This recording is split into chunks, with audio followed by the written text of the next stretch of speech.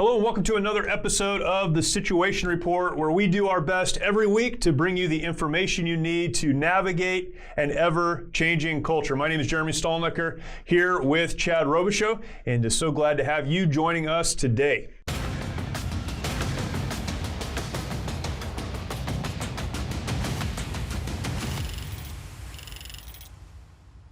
Well, I'm sure the period of American history from 2016 to 2020 will be remembered for all kinds of things. We've got a lot to remember. Looking back, I think one of the things that we will appreciate about this period of time is the rise in what we might call independent media. For generations, the media has been controlled by a few very powerful people, powerful organizations, powerful conglomerates. But because of the internet, because of cameras and equipment being more portable, because of individuals who are willing to go out and get the story, independent media has given a voice to many people who would not otherwise have one. The question we have to ask as we look at so much of the lockdowns of information and so much of the control of information is, what is the future of independent media in America? I, for one, believe that without independent media, we'd be in a difficult spot. We'd be in a place that none of us really want to be. But we have to ask the question, going forward, what does that look like? And we have an incredible guest with us today to help break this down for us. Elijah Schaffer is with us, and so thankful that he is. He is the host of the Slightly Offensive podcast on the Blaze Network. If you haven't watched that, you need to go check it out. As Glenn Beck would say, it's only slightly offensive. Every time he talks to you, I think he says the same thing, and that's one of my favorite things that he says. It's only slightly offensive.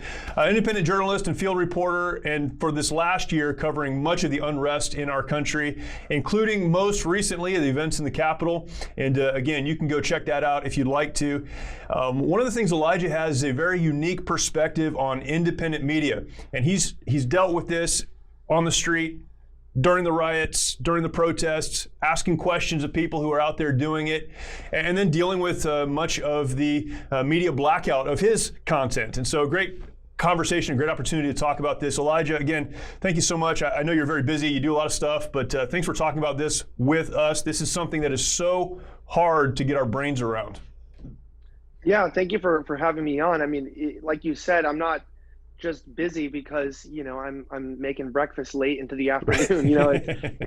It's been a very wild, and I would say in many ways a very wicked last 12 months for our country, and it's come to the surmise of many people because obviously the images that you see, that your guests see, are probably coming from independent media sources, but unfortunately the power hold that the corporate media has on the flow of information and the way big tech censors independent media, the majority of the nation still believes that 2020 was a mostly peaceful year for our country, and that 2021 is a year of transparency in the federal government, which is obviously both are untrue, and we got a big fight ahead. Yeah. There's such a need right now for independent media, and I believe that comes from the mainstream media's gaining or the lack of trust in the mainstream media from American citizens, and we see this all around the world. I mean, it doesn't matter if you're on the right or left. The term fake news seems to be a pretty common term. We just don't believe the media anymore, and so I believe that's where the independent media is coming from, obviously. But how do we get here? What's some key events over the last decade that have really transcended what we knew as traditional media to what we see today? Yeah, well, I actually want to go back about 2 decades, right? Because if we look, this is even more than 2 decades, but if we look at the fall of the wall, right, we look at the end of the Cold War, and we talk about this crumbling of the complex of 2 superpowers. You have this power hold on information from the West, power hold on information from the East, the USSR versus the United States, fighting in proxy wars around the world. It's very important to control propaganda, and yes, I know people don't like to admit that the U.S. engages in massive propaganda, but I hope 2020 woke them up to that the media definitely covers for bad faith actors. They have agendas. Moving up forward, when 2001, when the 9/11 attacks happened, you saw a really interesting moment where there was only one narrative that was allowed out in that event, that these were terrorists who attacked our country, that there were weapons of mass destruction, and that we needed to invade Afghanistan and eventually Iraq as well. And then it comes out that you see George W. Bush, Jr., by the way, and he's, a few years later, after we didn't find weapons of mass destruction, is joking at a speech going, "Oh, I wonder where weapons of mass destruction are. Are they over there? No." he's like speaking as if it's like a joke. Oh, I guess they were never weapons of mass destruction. And you're going, that's pretty difficult to understand, because we were literally told every day that there were nuclear warheads. Yes, there were chemical agents. There were some weapons that were problematic, but meaning we sacrificed thousands of American lives, got into wars we haven't even finished, because the media worked with the government to push a narrative that we needed to invade these countries because of the threat that they had. And I'm not going to get into wartime politics, but I mean, 20 years later, we have not gotten out of those wars.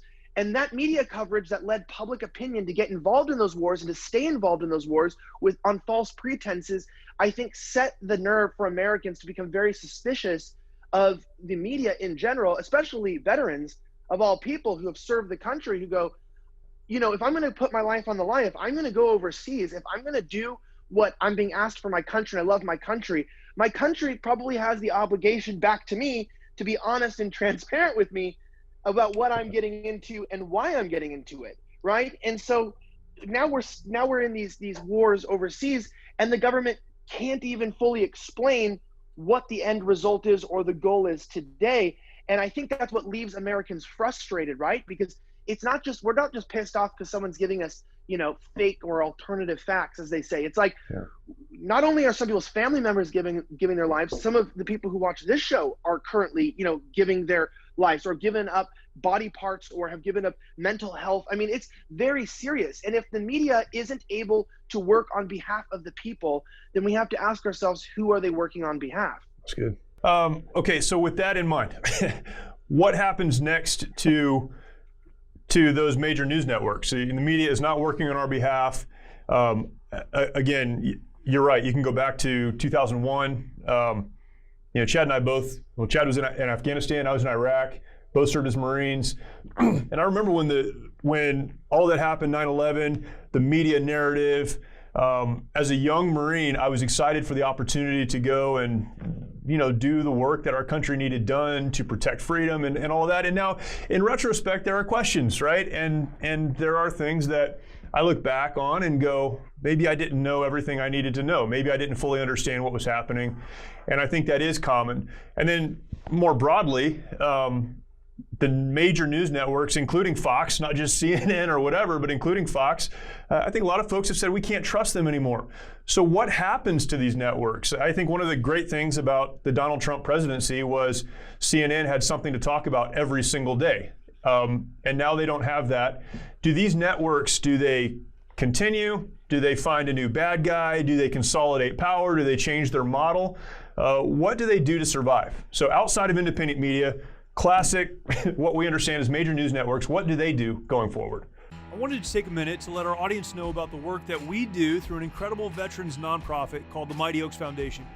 Many of our nation's warriors struggle with the hardships of military service and reintegration back into civilian life. Often they leave broken homes in their aftermath and comprise one of the most at-risk groups for suicide, with over 20 veterans who take their lives every single day.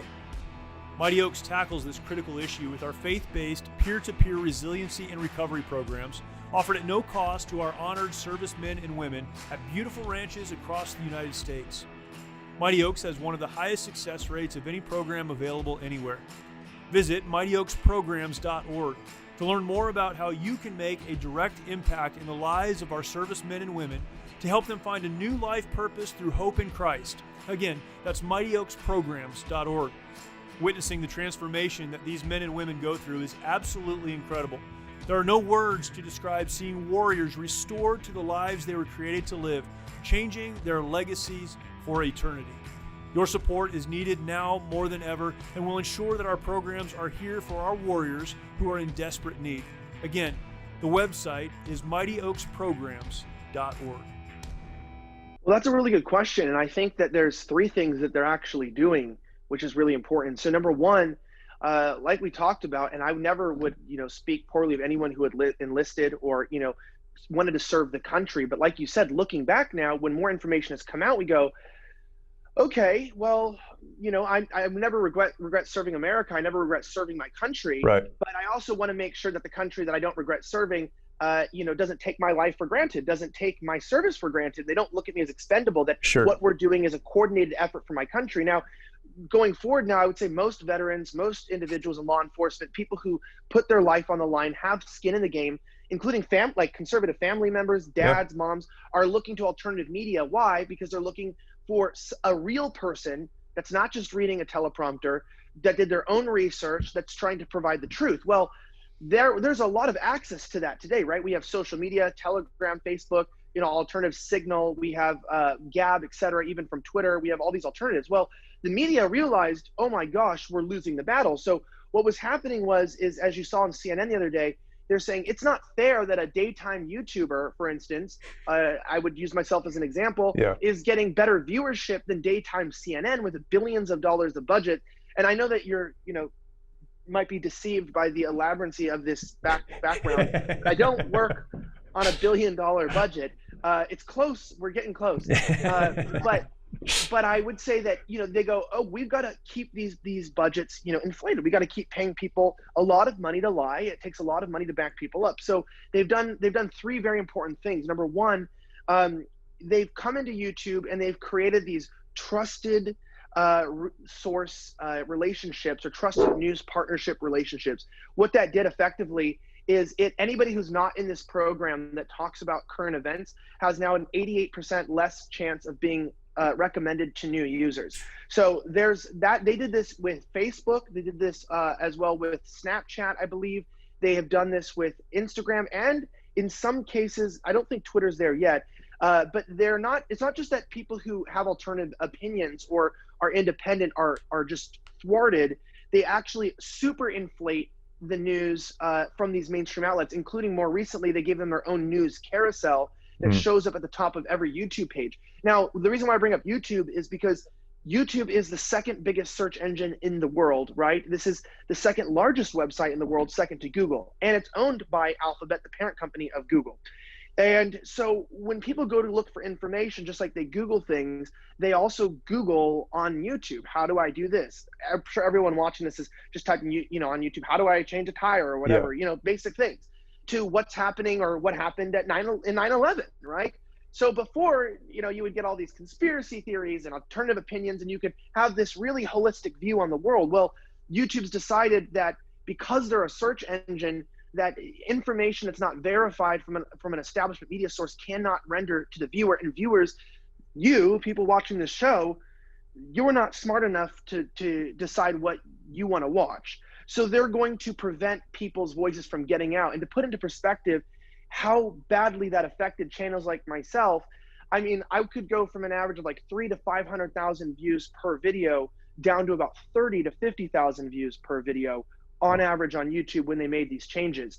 And additionally, they created a borderline, the news network started this borderline content, which we're now seeing this phrase borderline be transferred to Instagram, Facebook, and other outlets with these fact checkers, I'm sure you're aware, that are these partly false or missing context taglines, where if you get fact checked 9 times on your page, you lose 99% distribution of your page. Wow. So you're talking about, and to put into perspective, how, let me read this to you. To put into perspective how biased the fact checking is against conservatives and how they manipulate this to stop voices. I wrote a post on Instagram. I got fact checked for something that I wrote. And I want to read this to you. I wrote a Twitter, it's like 160 characters. Little lines, like fragments of sentences. Of course it's missing context. Of course it doesn't have all the details. It's a few lines. Facebook, Instagram, everyone wrote an entire article on PolitiFact, fact-checking my tweet. And here's what they said. Elijah Schaffer said energy prices rose under the Biden administration. Our fact check? This is misleading and lacks context. Some energy prices went up slightly in the last week. Some did not. Elijah Schaffer said some of the highest COVID death rates under Biden. Our fact check said that COVID-19 death rates are undeniably high in the US, but there is no evidence that Biden, who hasn't been in the job for a week, has had enough time to impact those metrics, which I never said he did. I said ISIS miraculously appeared again. This is just like a vague, I'm just making a tweet. And they go, this is wrong. ISIS, the militant group who seized control of territory in Syria and Iraq starting in 2014, has largely fizzled out over the last few years with no major terrorist attacks, but it never was completely Yeah. defeated. Wait, this is so good. Wait, this one's one of my favorites. I said drug prices were raised for the most vulnerable. They said our fact check, this is complicated. And so it's like so number one, they've changed algorithms. Number two, they fact checked alternative media out of having their opinion. And then number three is the monetization issue. Is all of these things involved work on removing the ability for independent creators to monetize their work on these platforms, which I don't know if you've noticed this, but during the beginning of the Trump era, there was this a resurgence of all this alternative media, and all these new voices came to light. A lot of these news now, like superstars essentially, or even maybe your show and different things develop. Well, there's nobody now between like 2019 and now, there's no new people that have come up because they've removed the ability for anybody who has a non-traditional voice to make money and create their own media empire. So the networks, also kind of lengthy, but I like to, I hope people it's good. they don't know this already. Yeah, I hope the three things together, by changing the algorithms and making everybody who's not in the inside seem like they're unreliable, to two, using fake and inaccurate fact checking to make people lose credibility, and then three, use all of that together to remove monetization. Myself, I don't make any money on social media at all, period. They've removed everything from my channels. I'm sure a lot of people are on the same boat. And what is their excuse? They say, at least half of your videos are hateful or harmful. Yeah. And then I write an email back and say, well, if half of them are, there's got to be at least one thing in one video that you could point out that was harmful or hateful. And they just say, in general, your videos are harmful and hateful. And I just say, well, what is it that's being said? And that's what they've done, is they've psyoped, very military in terms, they've like flanked information from the sides, right? And came in and power squeezed everybody until we're stuck in these bubbles and we can't get our information out. And they're being successful at it, and it's disappointing. So following up on that, so when we look at the networks, really what you're saying is they're not going to do anything different. They're just going to shut down alternative voices. That's what they're going to do. That's their strategy. Yeah, well, and so here's the thing that I think is really, like you were saying, when you guys have served, right, in the military, part of the reason why I know I talk to everybody who's served in the military is that you fight for people you disagree with to have the right to speak their opinions. Correct. And to say things that you don't like. In a free society. Yeah, you fight for people to be able to burn the American flag in a street. I know people don't like it. I don't like it. It's disrespectful, but it's like, unfortunately, in a free society, you can kind of be an a-hole. It's kind of part of the right. And so when we come down to this, it's basically globalism and a lack of patriotism, where these people care more about manipulating the country and the masses than the truth. But they realize that we have to keep an appearance of freedom in our nation. And I think any veteran or individual who's, like I said, got just skin in the game in general, even if you just have kids or, you have a good job and the future of the country matters to you. You have to realize that these powerful individuals aren't really hiding any longer that we don't really hold the power. And I know I can't say much about the election, but I can say this, that the election that just happened was the fairest and most accurate and faithful election ever in the history of the country, according to Facebook and Instagram. And why can I say that? Because I have to say that, because I'm not allowed to say anything differently. Now, I could not object to that. I could not give it an alternate opinion. And that's scary to me. Even if I genuinely believe the election was fair, the fact that somebody can't just go online and create an objection. And then what's even weirder is that, well, you go, well, why can't you object to the election? Why can't you say things about it? Why can't you say that, use all the trigger words? Well, because these social media companies have civic integrity policies. We sound like we're in Maoist China. Like, this is the Ministry of Truth or something. Right. And, right. And civic integrity policy. My point being is that these companies have been corrupted in their yield for power. And ultimately, like we're seeing with the rigging of the trading of stocks and cryptocurrencies that are supposed to be unregulated to an extent to allow people to play with GameStop and AMC and Dogecoin and what's going on. And then the Biden administration defending the hedge fund billionaires who are manipulating markets against people. And then you find out that members on the Biden administration, right? Like you find Janet Yellen, the Treasury Secretary, gets paid off by one of the companies that's involved in manipulating the market. You find that the brother of Jen Psaki, I believe, the press secretary, is involved in this as well. You realize that there are a very special club and group of people who want to hold power in this country, and they will only give us enough freedom so that we feel like we're free. But anytime we try to break out of the chicken coop and take back and live to the standards of our Constitution and live and try to raise our standards to what our forefathers intended, well, they take their globalist-minded assets and they squash us as if like squashing a rebellion to let us know that, you can fight for your country, but your country will not fight for you. But keep your mouth shut. Yeah. So you can die and you can give your life, but we won't even give up some of our money, right? We won't even give up one of our $20 billion to help you. But here's $600. Congratulations. Now shut the hell up. Yeah. All that leads me to a question that I can't seem to get an answer to, and maybe maybe you don't. But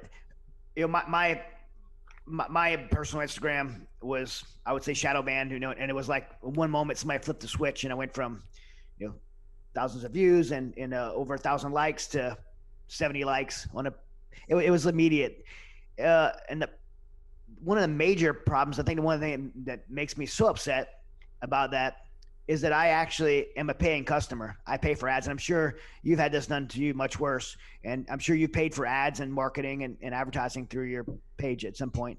So is there, is there any kind of like legalities to, if I took my car to the mechanic to have my carburetor fixed, and while it was behind closed doors, they broke something else, that'd be a criminal act. I'm paying them to grow my audience, and then they're turning around and suppressing my audience. Yeah, in a just world, and if the Constitution still existed, then probably we are looking pretty fair. And I hate to be, I offend people a lot, but just slightly. But especially sometimes veteran communities get offended by what I say, because obviously some things are really tough to accept in this regard. But I hope that people take this with a, not with a disdain or being black-pilled or spiteful, but just out of honesty. The Constitution and this country don't really exist in the way that we're taught to believe it does. And I don't mean that the country that you and I and the people watching believe in exists, but it's overshadowed by a more universal power hold of people who do not care about our civic integrity, our Constitution. It's just simply they respect it as long as they're forced to acknowledge it. And I mean that because, like you're saying with suing, it's like, have you ever wondered why China looks like it's becoming more like America, gaining more capitalistic tendencies, more freedoms, but America looks like it's becoming more like China? Well, because that's part of the World Economic Forum and the UN's Agenda 2030, the Great Reset, where they want to unify countries to having a more balanced, free market, authoritarian governance structure. This is a common understanding. So my point being is that even though the Constitution could hold itself in the courts, and maybe you say, well, I could fight in battle, you're not going to have really much success, because you're going to find the courts have already been politicized, and that the judges and the district attorneys and people that you would get involved in prosecutions in a lot of these areas where you like in Silicon Valley, where you would have to, make your claims, are going to already have been bought out or put in place by individuals who are on board with this anti-American agenda. And so, like I said, with the stock market thing, you go, isn't that illegal to rig the markets against the American public? Well, theoretically, that is absolutely illegal, right? But only theoretically. So theoretically, but it's like, but when you realize that the federal administration is involved in it, well, good luck, unless you want to stage a coup or something, which I never recommend, as we saw on January 6th with certain individuals storming the Capitol. Not the way to do it. So then you go, well, can I fight back legally? You can be anything if you just believe, that's my point, is that it's come to the point where these people hold so much power they're trillion-dollar companies, man. These are trillion-dollar companies that sites like Gab.com, and this is where I'm going to tell you, censorship is going to get so bad that a lot of websites are currently crowdsourcing to launch their own satellites into outer space so that we can get our own direct ISP addresses to satellites, because we're afraid, and a lot of people are afraid, that the actual ISPs are going to be blocked, even if you have your own servers. If people don't understand this, that's fine, but essentially just saying there's a signal and every house has a certain code and you can access things from your home, and we're afraid that they're going to block certain website addresses and eventually even start shadow banning like China does your actual internet here in America as a whole. And we've got to fight for space, which may be why the Space Force was invented, was intentionally for a battle for information. I know we don't know fully why Space Force was established. I say invented because it doesn't seem like it's a real thing yet. No offense to anyone who's a part of it, but it's like, I don't think anyone fully gets what Space Force is for. I saw a meme that was like that the letter that Donald Trump Jr. left to Joe Biden in the White House was, we kind of made up Space Force as a joke, but the public liked it, so we stuck with it, So it's like, but that being said, yeah, in conclusion, it's like you would think you could sue, and I want to, and I get angry, man. They've deleted my site so many times, and we've used lawyers to get them back up. But for the average American who doesn't have, network lawyers, they don't have these things. What can you do? Right now, the only thing you can do is not fight on those websites. It's get onto other websites. And I hate creating echo chambers, but it's not an echo chamber. It's just being able to say what you want. Because I'm telling you, they're listening on your cell phones for advertising, right? There's microphones that pick up on what you're talking about for algorithms and certain apps. If you look at Instagram's terms of service, it essentially says that they can access your banking information. It says they can access any information on your phone. And guess how you accept their terms of service? You just have their app installed. You don't even have to read it or accept it. You just have it. Yep. You just have it. So my point is, we need to support websites like Gab, like Telegram. You need to be texting on things like Signal. Yes, they will come for Telegram. Yes, they will eventually come for Signal, and they'll come for your internet. But, the U.S. won the Revolutionary War not by becoming an empire, but by fighting with guerrilla tactics. Yeah. And while I'm not promoting actual violence, I'm promoting internet. We have to use those same tactics today, because the information will get out and we can get it out still. Just don't cry when you get kicked off Instagram, because it'll probably happen. Here's kind of a final question then. Maybe you can help us with this, because I think this is really important. So I personally am probably more optimistic about the future of information, simply because of what you just said. The American way is to find a way. I think a lot of people are upset and a lot of people are also smart. I think a lot of very intelligent people have just allowed the Silicon Valley and others who have control to have control, assuming that they'd never do anything to harm us. Now they've done something to harm us. I think the future is, we'll figure out a way. I don't know what that looks like. I have no idea, but I think we'll figure out a way. I don't know. But in that process, here's my question. In the process, how does the average consumer discern what is true and what is not true? Because honestly, even a lot of what's on YouTube 5 years ago, it's not real. Anyone who has access to a computer can start a YouTube channel and say whatever they want. That doesn't make it true. The fact that you're wearing a suit and tie on CNN or Fox or whatever, saying things, doesn't make it true. How does someone who just wants the truth, I just want to know what's right, what's happening, what's going on, how do they discern that? How do they figure that out in an information age that is in such flux with such an uncertain future? Yeah, I can say definitely not by reading fact checks at the bottom of Facebook posts.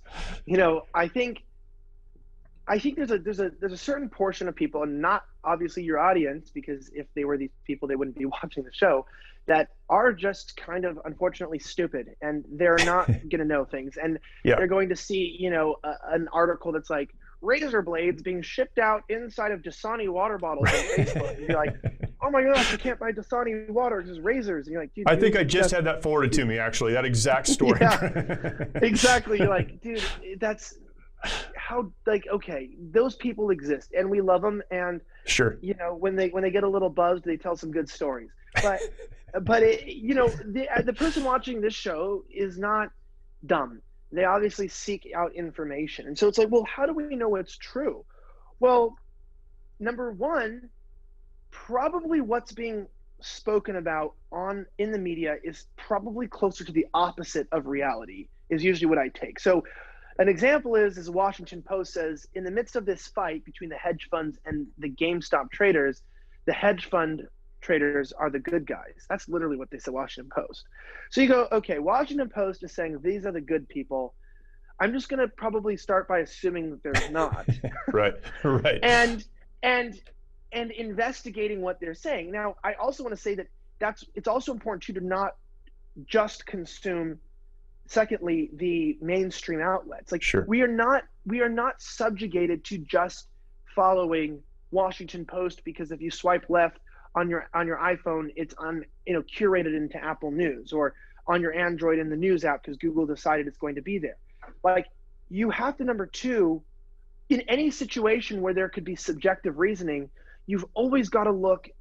It's like stupid to say this, but you've got to look at multiple sources. Yeah. And I follow a lot of lefty pages, like alternative lefty pages, and this is where I piss off like real hardcore right-wing people, because I have more in common with the radical left than I do with a lot of Republicans. And I mean this because it's like when you look at people, if you can get out of your party nobility, like, oh, Republicans versus Democrats, right. and realize that right. it's actually a fight between the populists and, these are globalists. At least yep. that's, maybe that's not conspiratorial to some of your viewers, but that's what I believe. And it's not a conspiracy, it's reality.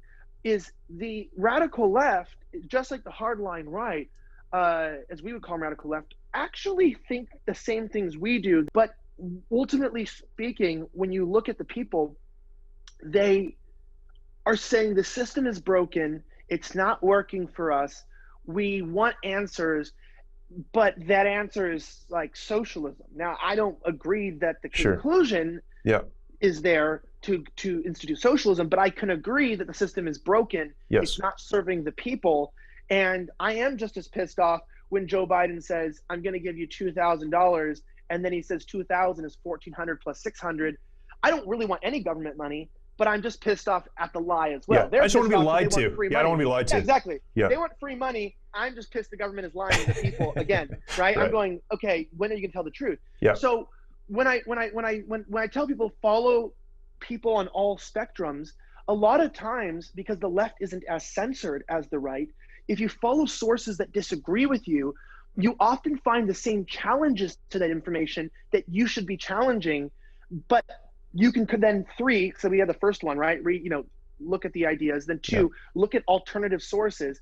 So once you've looked at them, you go, oh, there's a suggested post from a radical left outlet that's saying Joe Biden has lied, and they're pointing out the truth here. Joe Biden lied. I don't give a damn about the $2,000. He's lying to people. Yep. Now, three, you use your own platforms to correct that information. And if you think, well, I only have 15 followers, 30 followers, no high school teacher goes, well, I'm not going to teach my class because we have only 25 students in the class. Right. Yep. Right. It's like, no, 20, that's a good number. In fact, people say that the best people to be taught are in smaller, tighter numbers, right? The more expensive of the school you pay for, the less people are in a classroom. Yeah. So engage with people around you and disseminate that information out, because they're going to censor me. So a lot of people don't watch me, and half my followers are going to be people who hate me, who like to just call me like a terrorist every day for just being a reporter and try to put me in federal prison for doing my job. Yeah. Like, that's literally like a lot of the people.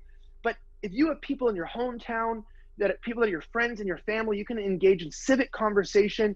You can be tactful about it, saying, let's say you have a lot of liberal family and Joe Biden lied, and you can word it in a way they'd like it. Like, hey, I'm pissed. Can you guys believe that Joe Biden said he would do this for you, and it's his first week and he's already went back on his promise? Like, I'd be pissed, and you start wording information to change the public direction.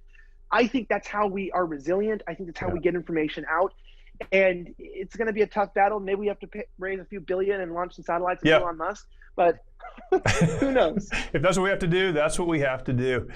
Elijah, man, that's awesome. Where do you want people to look for you? I know a lot of your stuff, particularly the last couple of weeks, has been banned, blocked, confused. Where do you want people to go to find your content? You can find me on, I would recommend on Telegram, on Gab. You can find me on Facebook, Instagram, YouTube, Rumble, Odyssey platform. I know some of you might not know what any of these are, but I'm just going to start listing them off. I think you can also find me on, I think you can also find me on BlazeTV.com. Sure. Yes. Which is very important. And we're moving our own servers and stuff. And this is not just a plug for BlazeTV, but the reason why, for instance, I align with BlazeTV, it's an alternative, independent company doesn't. It's one of the few media companies that doesn't have copywriters and editors for the people in their shows. So that's what I mean by it's not corporate structure. There's no narrative, and it gets handed down. We are all independent, and we contribute information to a hub to back it up onto servers, so that in case we get deplatformed, all of our stuff is backed up at blazetv.com. But wherever you can find information on the main platforms, you can find me. And I encourage every viewer, please get on. Parler's coming back. I'm on there too when it comes back. But be on Gab. They have their own servers. It's not a place for right-wing lunatics. There's a lot of different people, like from crypto traders to the LGBT community that gets censored too. Basically, any group that has ideas that the people in charge don't want out, you can communicate on Telegram and Gab, apart from pornography and actual calls to violence. Awesome. So, I mean, that's a pretty good terms of service. It's like, don't be a terrorist. Yeah. And you're cool. Don't be a terrorist or like flash yourself to children, and we'll let you on our platform. Yeah. That's for me, that's an easy standard. Some people apparently not. Some people apparently not. But for me, it's easy. And so just check it out. And then where is this show mostly hosted? We are on Salem Network. Yeah, Salem's awesome. I forgot to mention too. You find me on Apple Podcasts, like the iTunes, Spotify, and stuff. But hey, wherever information is stored. That's awesome. Yeah, we're on Salem. Salem Watch Now is where this will be, and then we're on several Salem networks across the country. Spotify, of course, and all the podcast outlets as well. But love the Blaze. You mentioned them. They've been very good to us as an organization, the Mighty Oaks Foundation, from whence we hail. They've been very good to us. We have some great connections there, but bringing it all in is I do think that's the way forward. I think it's just like-minded people coming together and figuring it out. So, man, really appreciate it. Thanks for the conversation. I hope we can do this again. Man, so many big ideas we just need to break down, and it's so confusing. It's so hard to understand, and having these conversations is very, very helpful.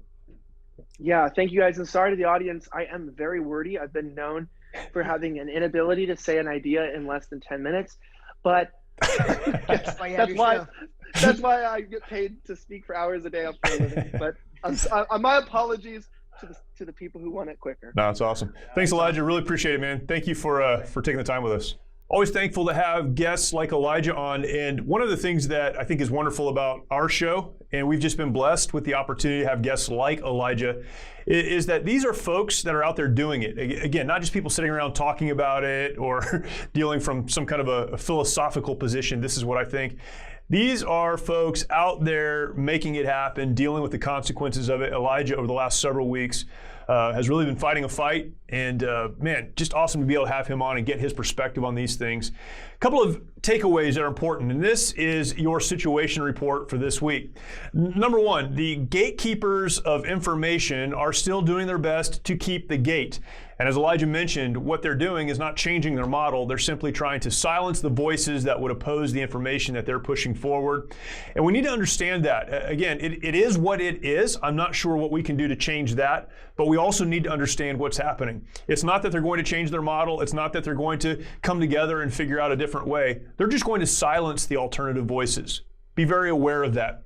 The second thing is this, and it comes from the first, knowing that we need to support independent voices, independent journalism, independent media. We talk about this a lot on this show because it's so important. The Bible tells us that you'll know the truth and the truth will set you free. It's the truth that is under attack. That's why this is such an important topic for us. That's why this should be an important topic for you. If we don't have access to the truth, we will never be free. Sometimes the truth is ugly, sometimes it's painful, sometimes it's not what we want to hear, but we need to have access to it. And going forward, if the gatekeepers are going to keep the gate, then it is the independent journalists that will give us the access to the truth. Keep that in mind and move forward with that ever at the top of your mind. But then, understand the third thing. This was also very important.